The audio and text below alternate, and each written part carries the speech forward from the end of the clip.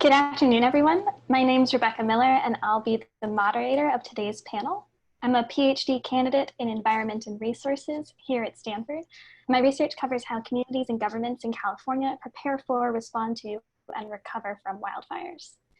Here at the Bill Lane Center for the American West, we had originally intended to have an in-person workshop on wildfire management as the culmination of a Stanford course on environmental governance and climate resilience, co-taught by Professor Bruce Kane, the director of the Bill Lane Center, and Professor Len Ortolano. Students in the class delved into complex wildfire issues like prevention, suppression, emergency operations, and recovery. The workshop was initially scheduled for early March and centered on the challenges of responding to wildfires in Santa Clara and San Mateo counties. In our redesigned virtual format due to coronavirus, we're exploring questions related to living with fire in California while simultaneously managing a global pandemic. Last week, many of you joined us for a conversation with Dr. Sarah McCaffrey from the U.S. Forest Service, where she shared findings on how to address misconceptions and false narratives surrounding community wildfire preparedness. The week before, we heard from CAL FIRE and the Los Angeles County Fire Department on changes to protocols and safety for firefighters and other first responders. Today, in our final event of our virtual wildfire series, we'll be exploring the human dimensions of wildfire response and recovery. I'm delighted to moderate a panel with three people who are extremely well equipped to discuss this important topic as we enter wildfire season. Our first panelist, Charles Brooks, has lived in Paradise since 2004 and Butte County since 1998. Charles currently serves as vice chair with the Camp Fire Collaborative. He founded the Rebuild Paradise Foundation following the Camp Fire in 2018, which he describes as an easy choice and a necessary step to assist the Butte County community recover in a meaningful way over the many years to come. Luke Beckman, our second panelist, serves as the Division Disaster State Relations Director for California for the American Red Cross. He's been leading and coordinating disaster preparedness, response, and recovery operations for the past 15 years, internationally and domestically. He's been coordinating wildfire mass care operations in California since 2017.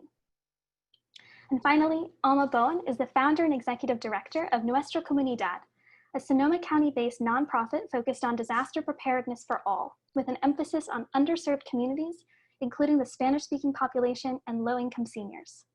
Alma previously served Sonoma County for 18 years as a 911 emergency services dispatcher and brings firsthand knowledge of disaster preparedness, response, and recovery. We're so glad you could all join us. For our format this afternoon, we'll start with questions from me for our panelists, and then bring in audience questions. For our audience, if you have questions for either or any of the panelists, please use the Q&A box at the bottom of the screen to submit your questions. I'll be monitoring it throughout the panel, and we'll be asking questions as such. So, just to get us started for our panelists, I want to open it up by a pretty broad question for you. Each of you has experienced a major wildfire in California in recent years. The Sonoma Complex fires, the Camp Fire. What are the biggest changes that we can expect between experiencing a wildfire like we saw in 2017 and 2018, and then experiencing one this year in 2020? I think one of the biggest things, thank you for putting this together, Rebecca, and for getting the three of us together here. And Charles and Alma are doing some amazing things. I think we all have some really powerful hands-on experiences. And hopefully for those who are on, we learn from the past and we respond better and recover better this season. With COVID, I mean, there's always been the risk or the chance of infectious disease concurrent with a disaster, right? It's kind of the worst case scenario, but now we're living it and we know we're going to be in it. It's not going to hit us by surprise. Speaking on the mass care side, that's shelter, food, and comfort. What we normally prepare for, or historically, we've looked at, norovirus might be something that everybody talks about and can break out in shelters and, just it moves throughout a population. Now we're looking at COVID. The big change is really going to be the number of responders on the ground, how those responders are positioned and the personal protective equipment they're wearing, and the big shift in terms of what people affected by a fire or disaster might see compared to the past is the shelter posture. Traditionally, we have what we call congregate sheltering. So everybody gets into a gym. It could be a school, it could be a church, whatever it is, but a big room, lots of cots out there. The first priority this year is going to be non-congregate, and that might be hotel rooms, that might be dormitories if they are available. And those congregate options are going to be the last options, and really looking at more space between clients. Additionally, before you even get to the shelter, or before you get to that safe place to go where you're going to spend the night, we're looking at something called temporary evacuation points. The idea being people gather in a place. Maybe you stay in your car, you're not all packing into a building and charging your phones together, but a safe space to go where you're not packed in while the shelter gets stood up or while the hotel rooms get put on the credit card. So a bunch of different changes, but it's really trying to focus on that responder safety as well as the client or the affected population safety. Great, fascinating. Alma, what do you think that we can be seeing as some of these major changes? Well, what's difficult on a disaster preparedness side of it, normally, recently I was looking at my calendar for this time last year, and by now I had already been in the community and done almost 60 live disaster preparedness talks with vulnerable populations such as our Spanish speakers or limited English proficiency population and our seniors.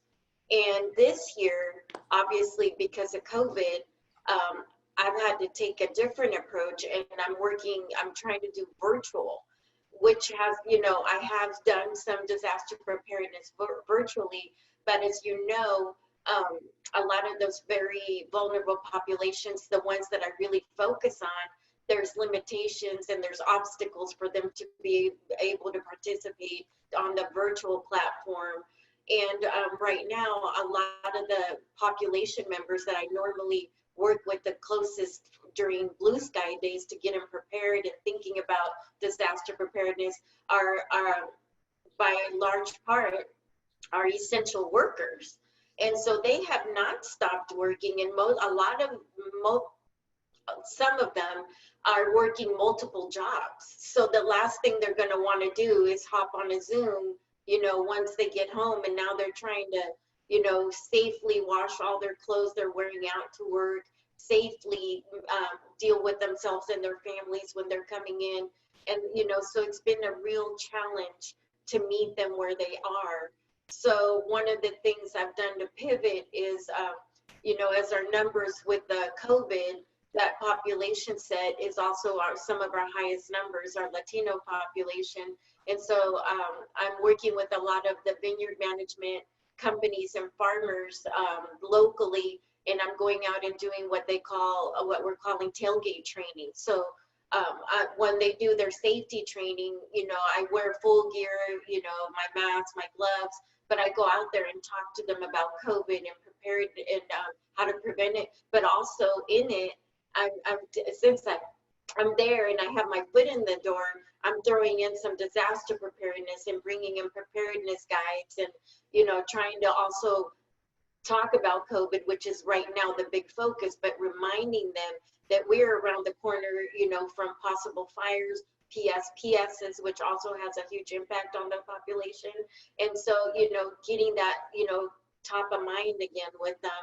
And so it's been a challenge because a lot of the population, so this year with fire season and potential fires, I think that that's my concern. And if a fire does occur, the population right now is already compromised and tapped out. And some of them did get laid off initially, and maybe they're working again. And some of them, the households have multiple families, and some of those family members haven't worked. And so anyway, economically, they're already challenged. And so if any of this happens, a fire or a PSPS, not only are they facing the disaster itself and getting through that, and getting to safe shelter and, all the things that they normally would be facing, but on top of it, they're facing the fact that they're already at their very end of their economic, maybe cushion, if you want to call it that. And a big incident could really, really put them over the edge. So those are the concerns that to me are a little different, is the access and where they're already at right now, you know, with their situations. Yeah.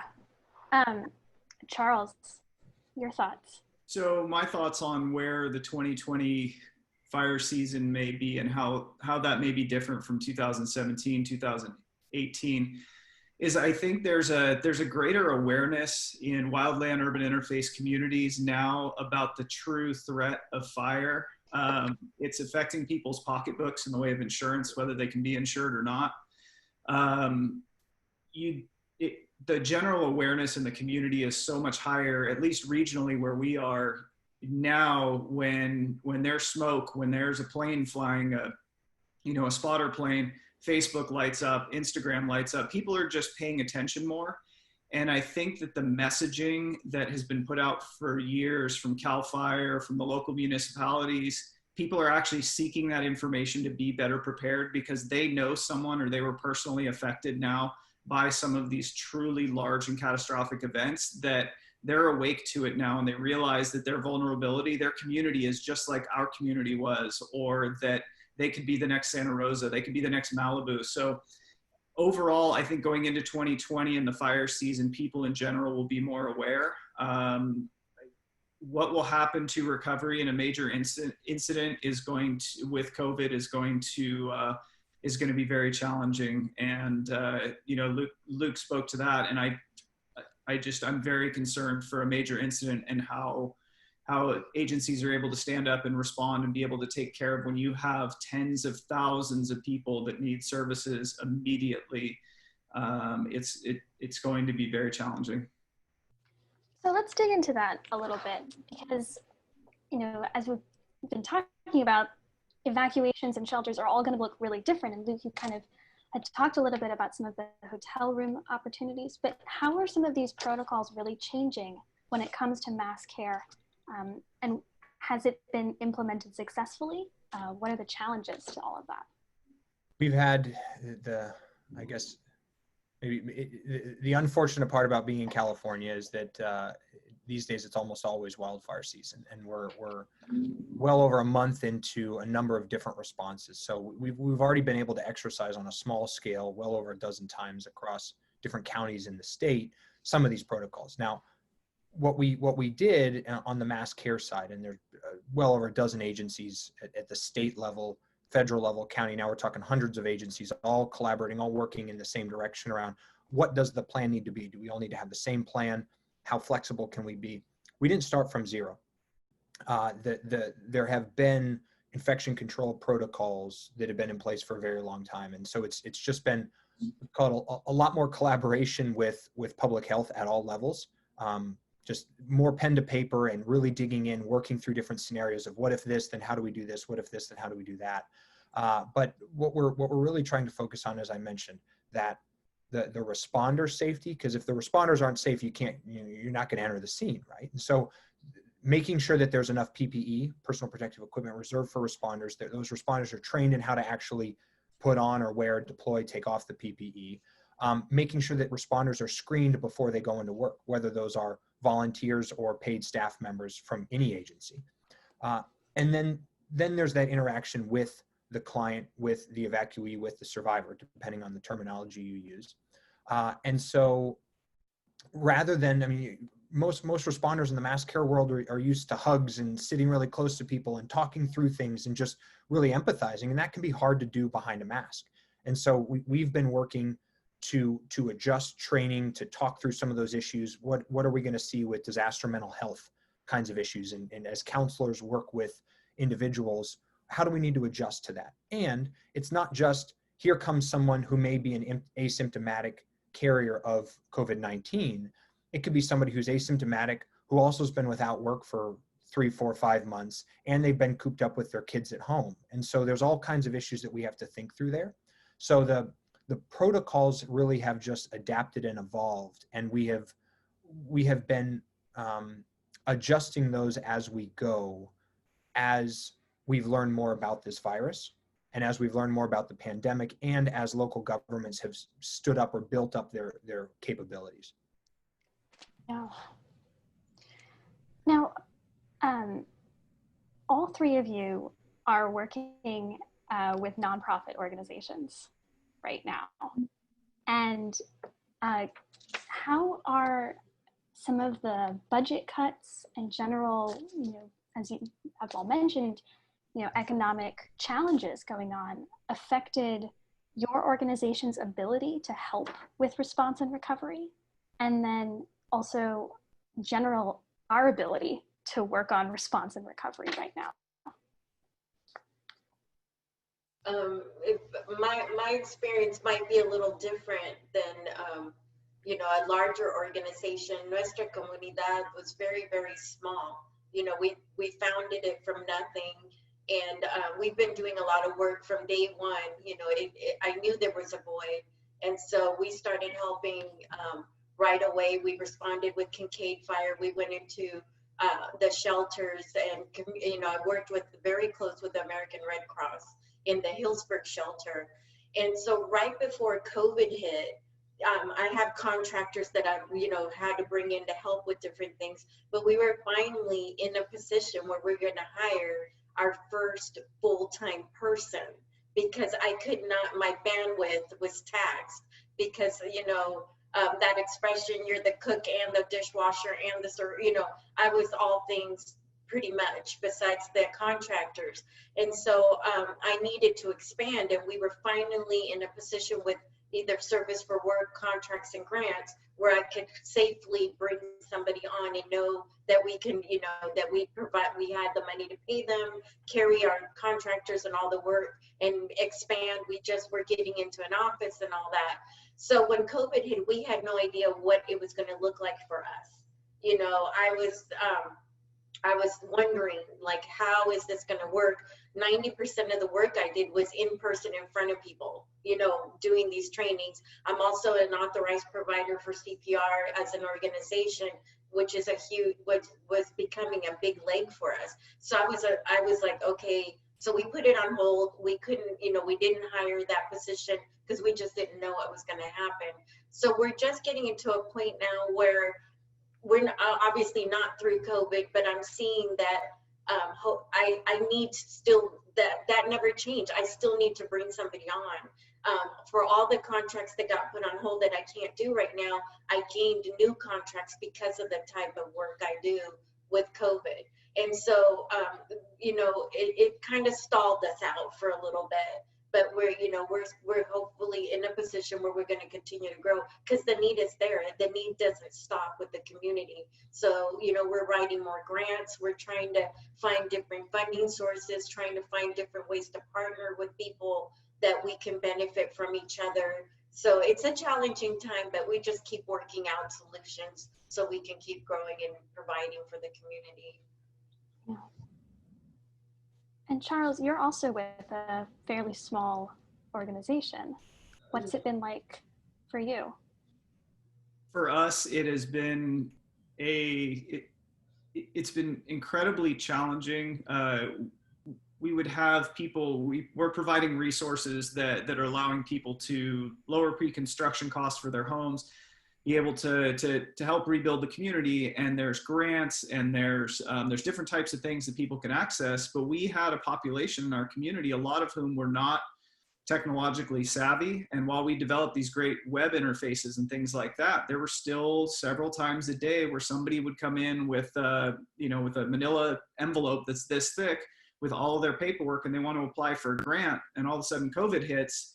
And now this 85-year-old man who wants to come in and make sure he's got all the right paperwork to apply for a grant and fill it out by hand, we're trying to communicate with them over the phone and see, is there anybody in their friend network that can help them scan a document, take a picture of something? Can you drop it off by our door and then we'll take a look at it? These people just need hand holding, and they need somebody to sit down and basically be a partial case manager to get access to resources, channeling people to the telephone or to email, trying to teach them how to use and access resources has been really, has been one of our greatest challenges. But we're working very hard at that because we want to be able to provide the same level of service, and we want to get more people back into their homes or rebuilding their lives.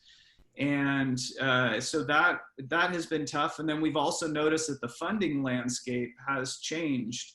And we now are facing an international disaster with COVID, and opportunities to go out and seek funding and funding partners, the appetite there to support what now would be considered a small disaster is not the same as it once was. And so really our outlook on being able to bring in more funding to be able to provide grants is way more challenging than it was prior to COVID. And just on a human level, not being able to give people hugs. 18 months after our fire, people still need a hug. They still need to sit and cry, and they need like that face-to-face. We can do this over Zoom, but to get that real close connection with people, you can't. And there's people that you meet on their property and you're 6 feet away, and you hear their story and you can tell they're just hurting inside. You want nothing more than just walk up and give them a hug.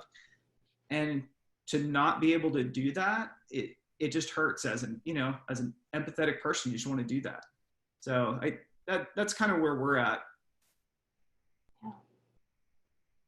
Yeah.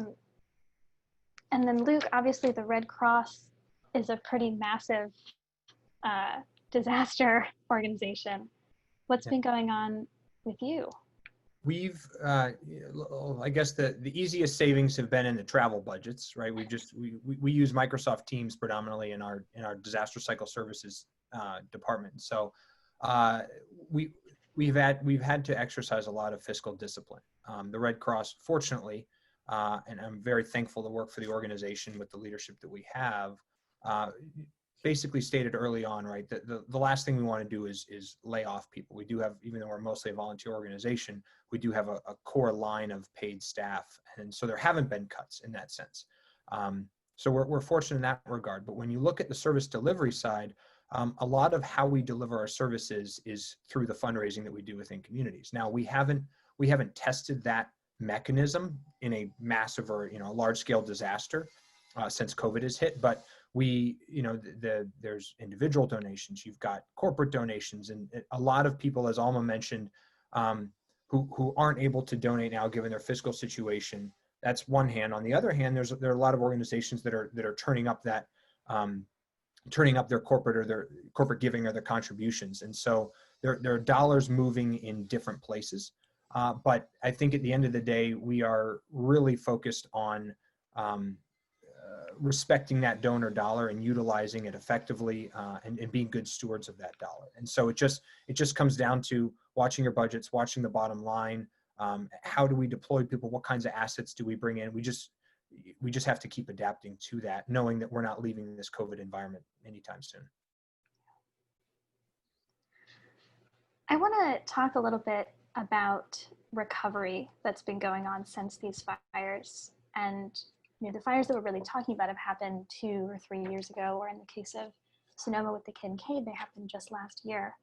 But what has been going on? Can you give us a status update on recovery in these areas 2-3 years out from these fires? And how has the pandemic hindered or moved things forward? Being optimistic. I can jump in on that one first. So luckily, construction is a vital service in the state of California, and at least in our county, residential construction. When COVID first hit, job sites were slowing down, people were pulling out of projects, but now we've kind of hit this rhythm where we're still actively building. There's still more people who want houses built than there are contractors. Lead times are still stretched. Subcontractors are hard to come by, just as we had prior to COVID. So I can give you stats for the town of Paradise specifically. We lost over 13,000 structures, and to date we've had almost 1,100 building permit applications submitted. 250 houses have been completed, and there have been just over 900 building permits issued. They started accepting building permit applications March of 2019. So in 16 months, we've successfully rebuilt 250 homes, and we've got another, let's call it almost 1,000 in the pipeline.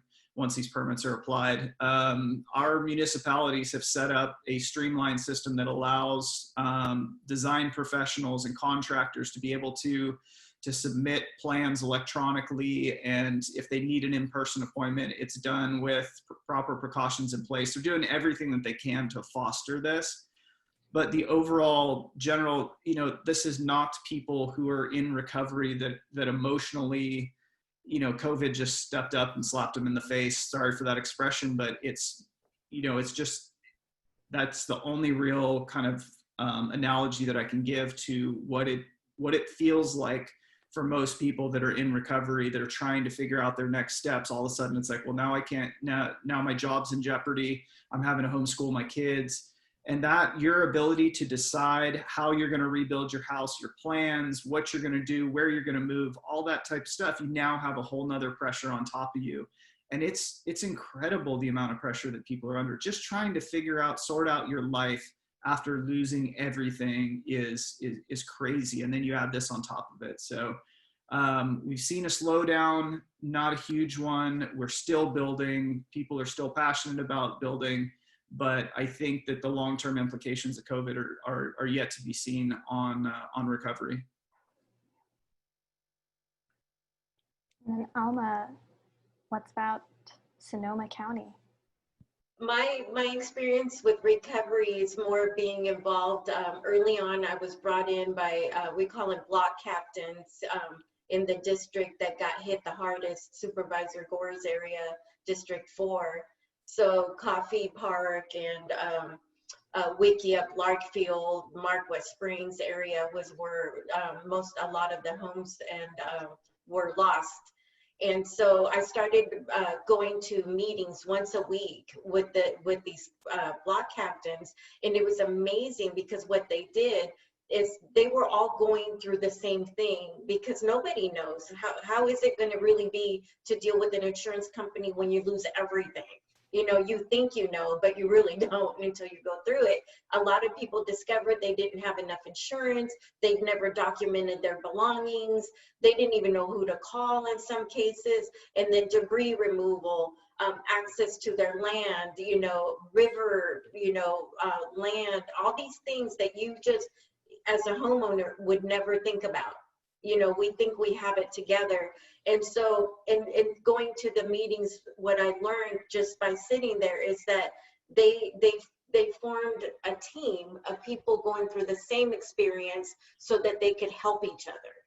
And so, if one person did all the legwork to figure out how to get somewhere with insurance companies on a certain subject, they would share it at these meetings. And what started happening was this amazing sense of community within people that had a shared experience, but also it streamlined their ability to go to the insurance companies, recover their funds, start the rebuild, and even getting through the permitting and getting through the process with the county. It didn't have to be done over and over and over. One person would share what they learned. And so now we're getting, we are not having those meetings anymore. And so I didn't lose my home. So I'm not a fire survivor. I was just invited into that group. But what I'm seeing is that a lot of the 2017 fire survivors are now getting into their new homes just now. Recently I saw different people posting pictures of their new home and they're finally moving in, or the different process of building that they're going through.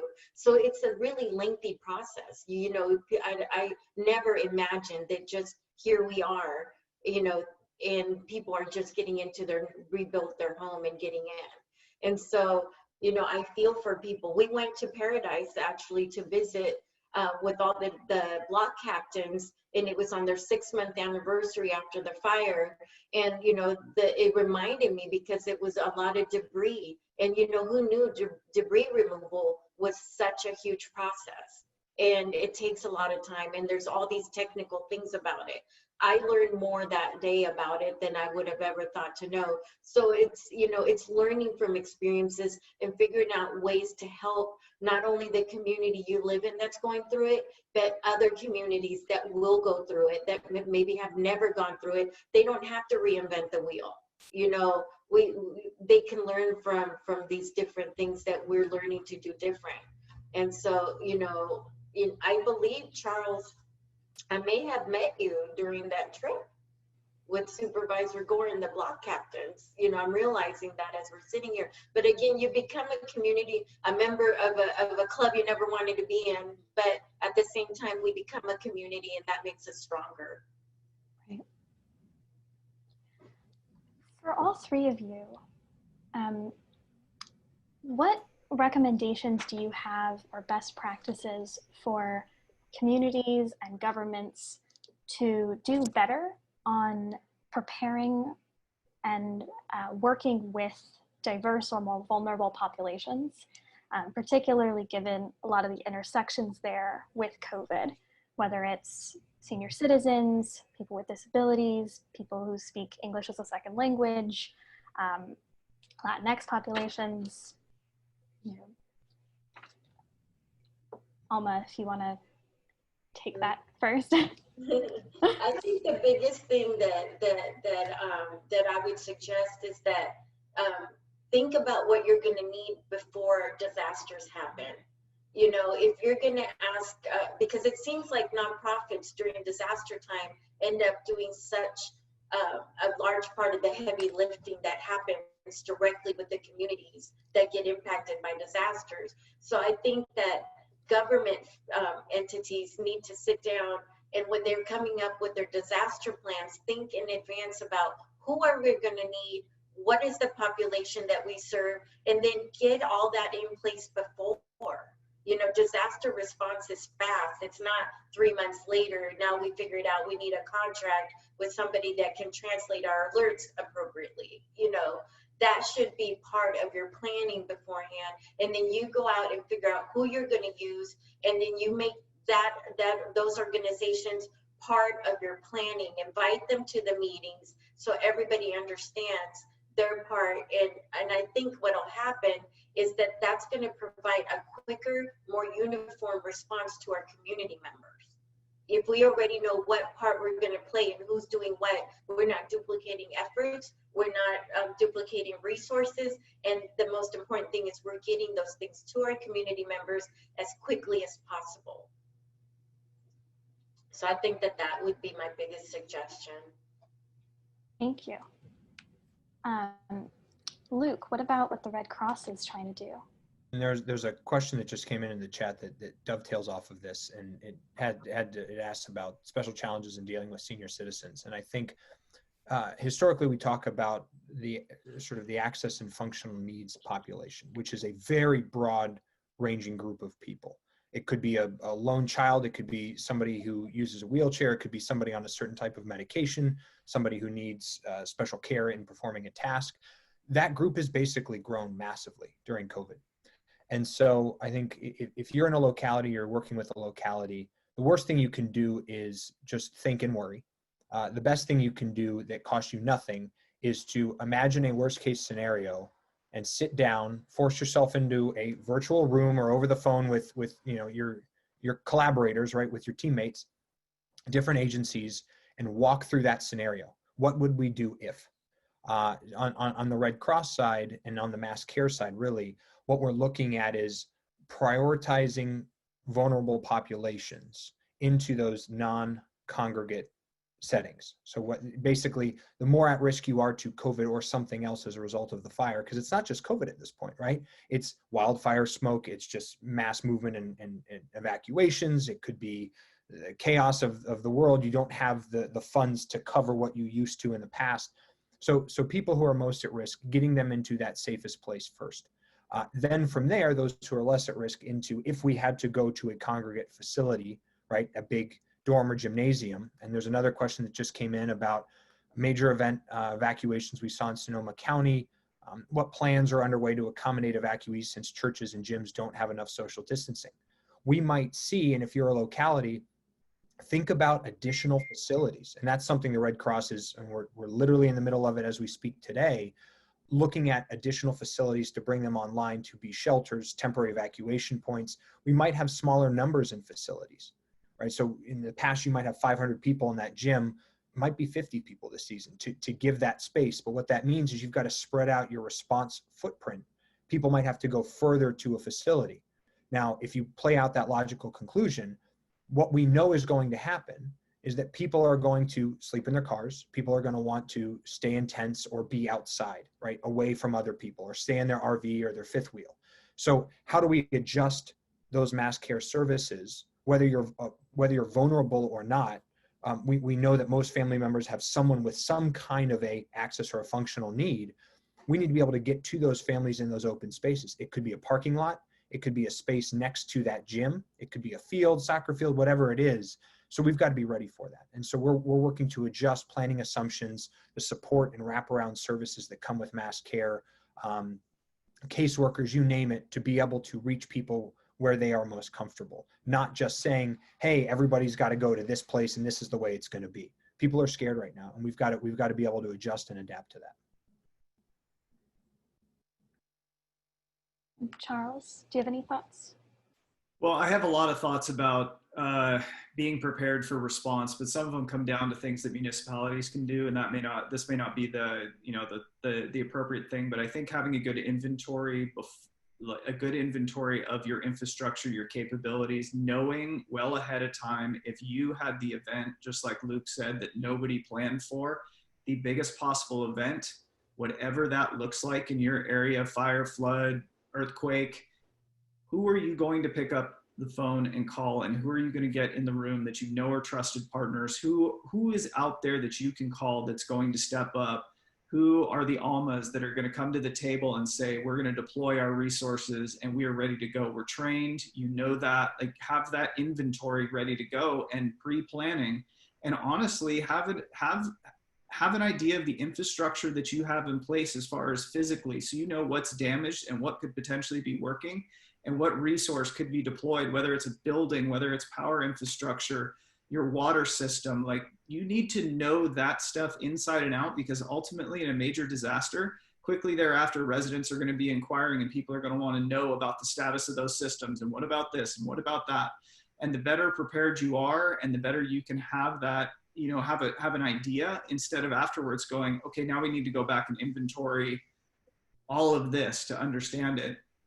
And then on the vulnerable population side, really it's boots on the ground. It's getting out and communicating with people at their level. Not everybody, as much as we love social media and as much as we love TV and radio, sometimes it's knocking on doors, and you can do that in the COVID environment. It's going to be a little weird, but that needs to be done. It needs to be getting neighborhood groups together, getting, having accessible the model of the block captain system, which was that was so amazing to have that tool brought to us. And so our community could adopt it in our own way. Having those type of things to where when community leaders step up after an incident, you could say, you know, it's an amazing model that works somewhere else. Can you take this idea? Here's a list of people that you can call. Now you can go meet people on their level.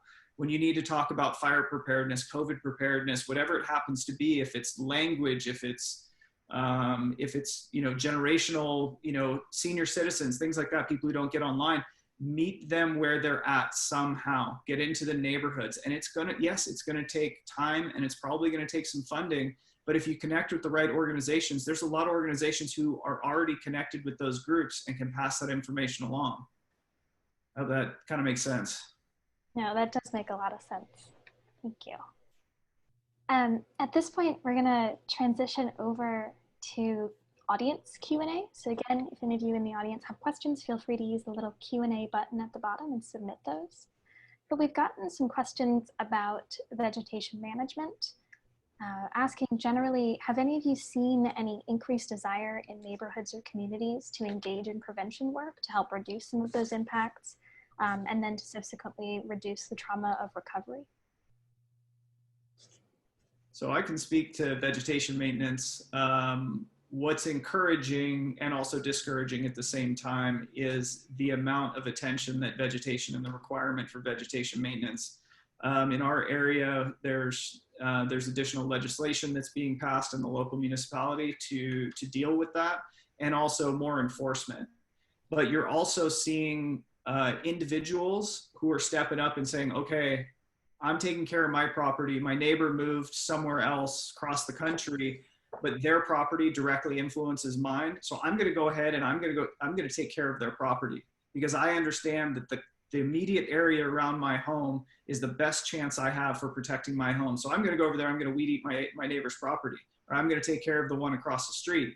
The trouble is that when you have a mass event like this and people spread all over the United States, some people, they don't care anymore. They're gone and they're not taking care of their property. And that's where the mechanisms and the funding needs to be in place for enforcement, for being able to put liens on properties and do abatement. And it needs to be able to be done quickly. And we need to get that done, because otherwise within a year or two, you're putting yourself in a very dangerous situation with not having adequate maintenance. But you're also seeing now where there's a collective realization in a community that this is something that if we're going to live in this environment, we have to deal with it, and we have to be okay talking about it and figuring out the best path forward to make sure that people are willing to, and sometimes compelled to, do the right thing.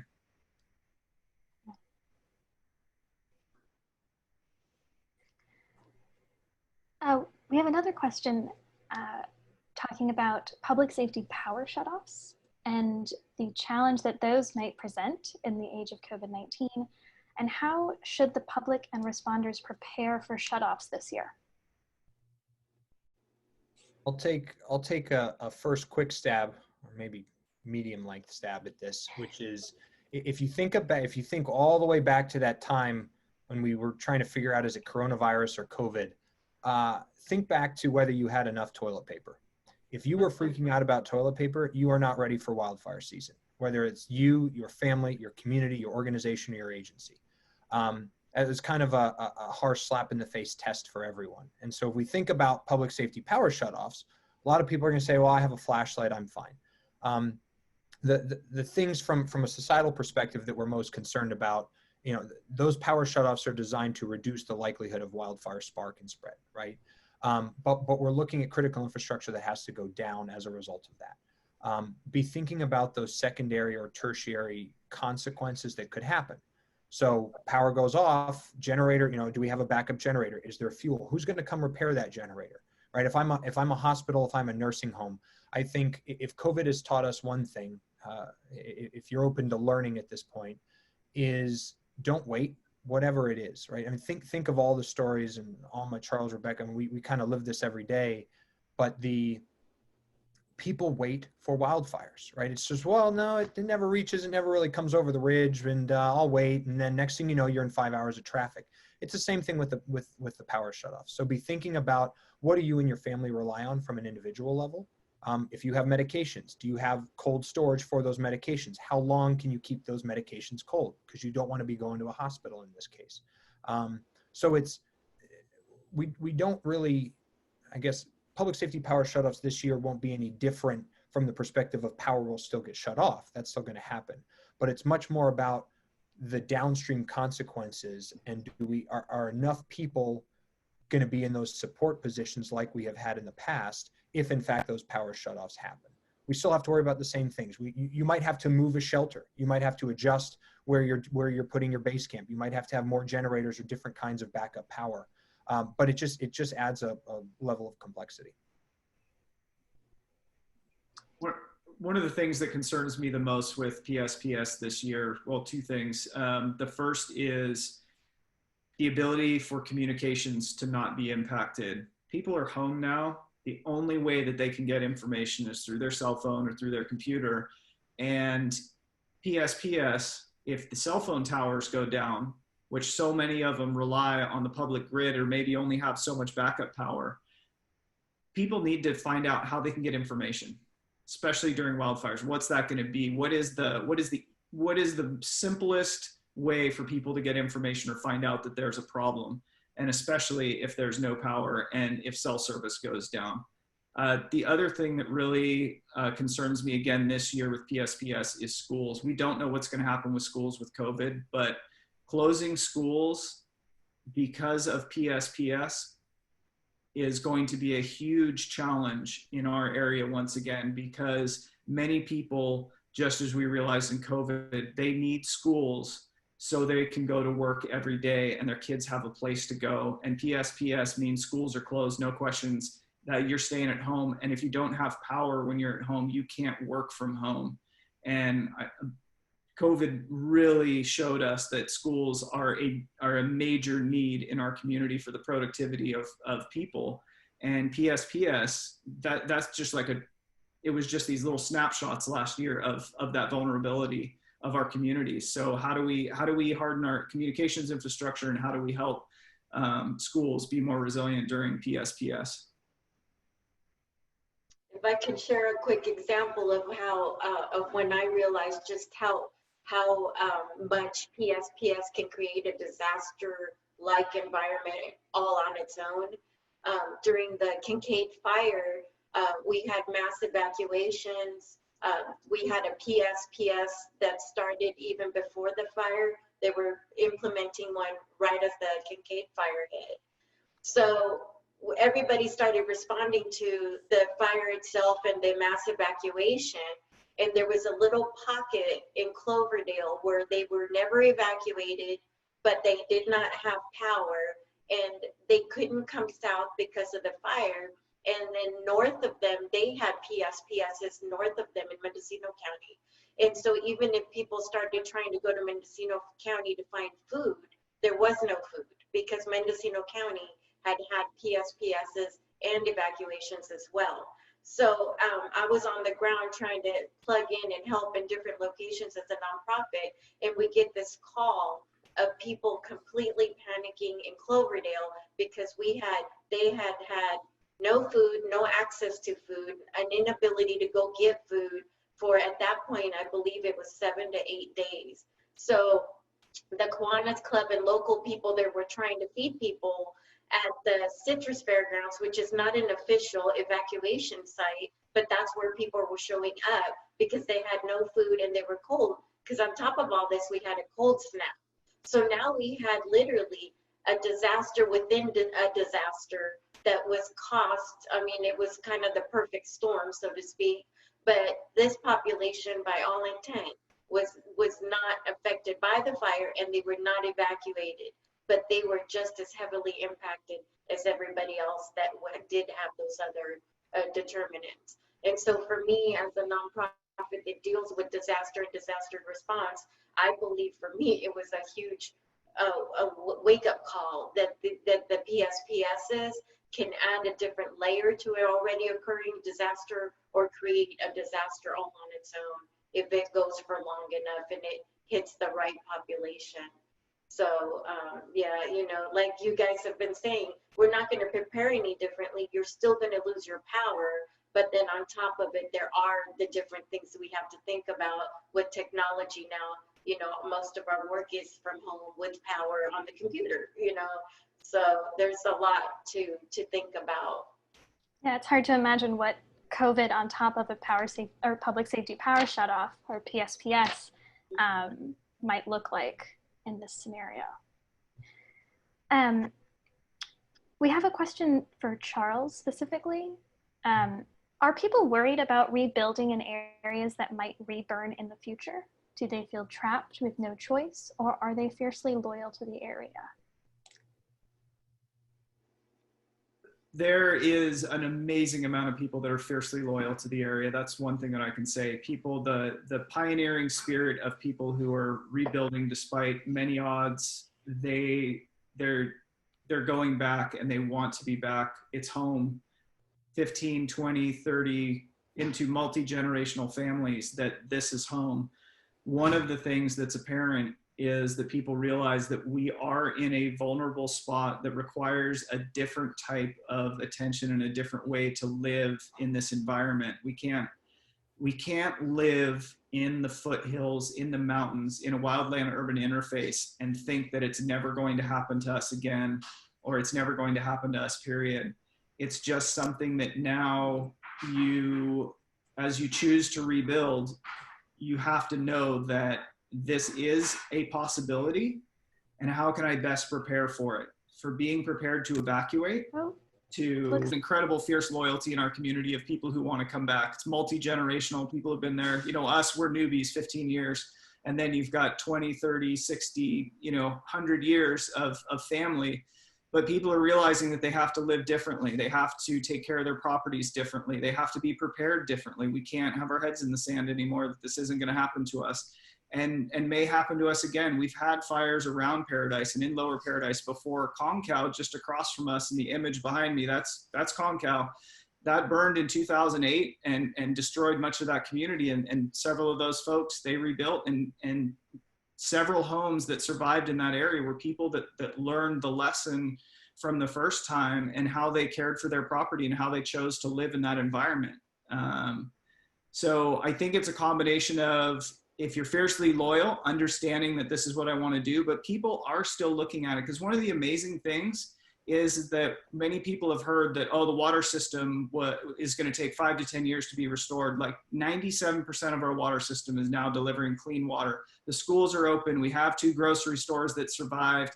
People are coming back. You can get insurance. The town is not gone, and it's rebuilding. And so there is that momentum, and it's just a choice somebody has to make. It's just pick the neighborhood you want to live in, and if you live in one that has a higher fire danger, then how do you live in that environment?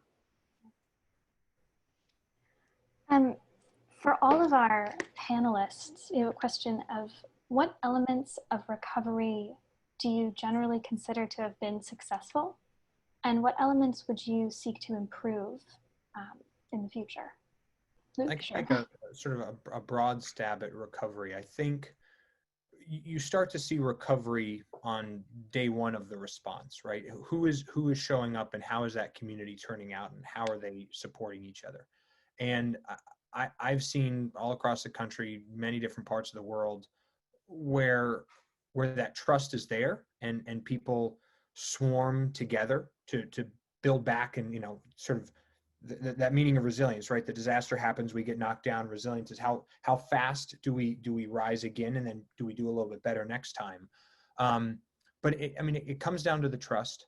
It comes down to the strength of those relationships and people knowing each other in the community before the disaster happened. And then I think from there, you've really got to be open to new ideas and new strategies. A lot of the old things that you tried probably aren't going to work anymore. Those days of thinking, well, the fire's never going to hit us, those are gone, because the fire is hitting you, and then it just did hit you. So how do we move beyond that? And I think trying to take a couple, I call it a strategic pause, but some strategic pauses to look up and see, is there anybody else who's dealt with this, and what have they learned? That can be difficult sometimes, but thinking, you're probably not the first area that has gone through this. So how can you leverage the expertise of others? And so look up and out from there. Ask for help, look for other resources. If you've got social media channels, ask others what they've tried. That's where the state or where the federal government or large or multi-jurisdictional NGOs can really help on that. But it comes down to everybody pitching in and trying to make your future a little bit different than your past. Alma, do you have any thoughts? I think, what Luke said is spot on, is, again, learning from what we're experiencing.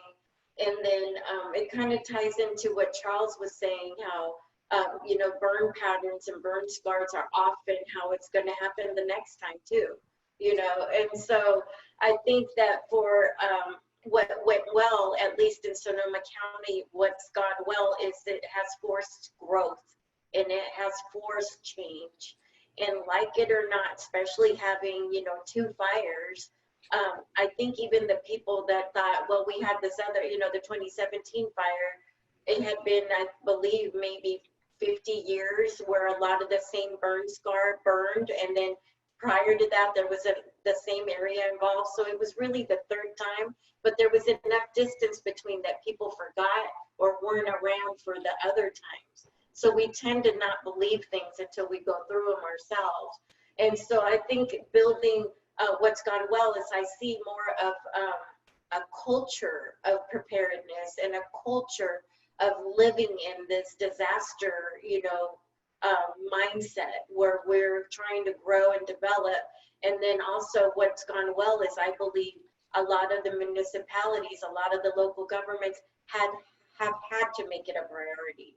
you know, because not only have the disasters called for it, but the communities are calling for it.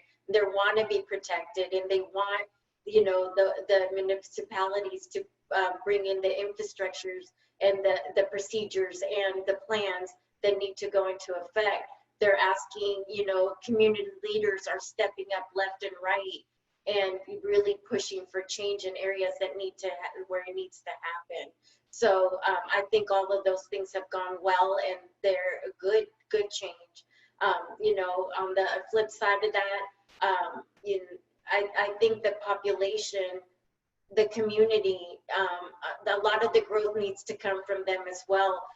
Disaster preparedness is a shared responsibility. And so we as individuals have a certain amount of responsibility to be prepared, to have the information. You know, even it doesn't matter who I deal with as a population, when I'm talking to them or training them, I make sure they understand that that night as a 911 dispatcher where I answered the phone, every single person on the other end of the line was impacted the same. And, you know, the same kind of anguish, the same panic is what I heard. And that just taught me it's everybody's responsibility to take what they learn and prepare themselves, so that next time, maybe not only can you survive it, but you can help your neighbors, you can help somebody else too. Great. Charles, any concluding thoughts for us? So what goes well? Humans show up. That's the most amazing thing about after a disaster, is the amount of humans that show up to help other humans. I'm more in love with the human species than I've ever been, just seeing how people show up for other people when they were never asked to. They just show up, and I don't think that's ever going to change. And that's one of the things that makes us, you know, awesome and unique. Just the overall awareness is a huge plus that's come out of this. Seeing the importance and trust in community groups and the nonprofit space, and how they can be great partners. I think one thing that can always be improved during disaster and immediately afterwards is communication. I think that's something that, as much as information that is shared is vetted and it's understood, and it's the same messaging across multiple platforms. When you've got one news station that's saying one thing and then the radio saying something different, that's going to create problems. So as much as a municipality or whoever's in charge of that incident, that recovery, immediate evacuations, even though the information changes constantly, there's got to be better communication. And when services start becoming available to people, make sure that that communication is well done as well. And then I did just see something in the chat about animal care shelters and stuff like that. And I'd be happy to speak on that too, if that's okay.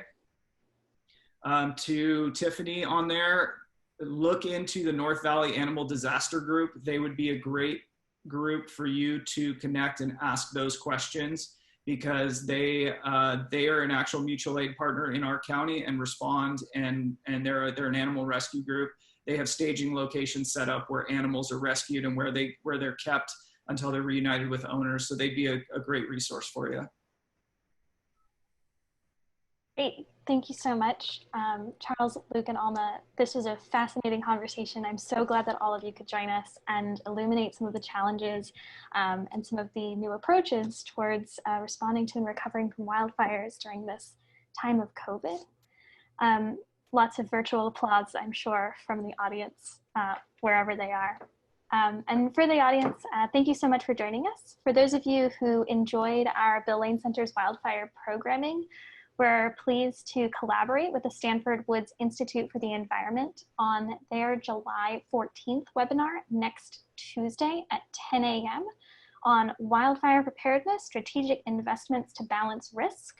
Chris Field, the director of the Woods Institute, will be moderating a panel with Kelly Martin, board member of the International Association of Wildland Fire and former chief of fire and aviation for Yosemite National Park. Mary Pernicki, Senior Research Scientist for the Sean Parker Center for Allergy and Asthma Research, Michael Wara, Senior Research Scholar for the Woods Institute, and me. We hope that you can join us next Tuesday, July 14th at 10. And again, thank you all for joining us. I hope you have a wonderful rest of your day, And again, thank you so much to our fabulous panelists for your insights and comments throughout. Thanks so much, everybody.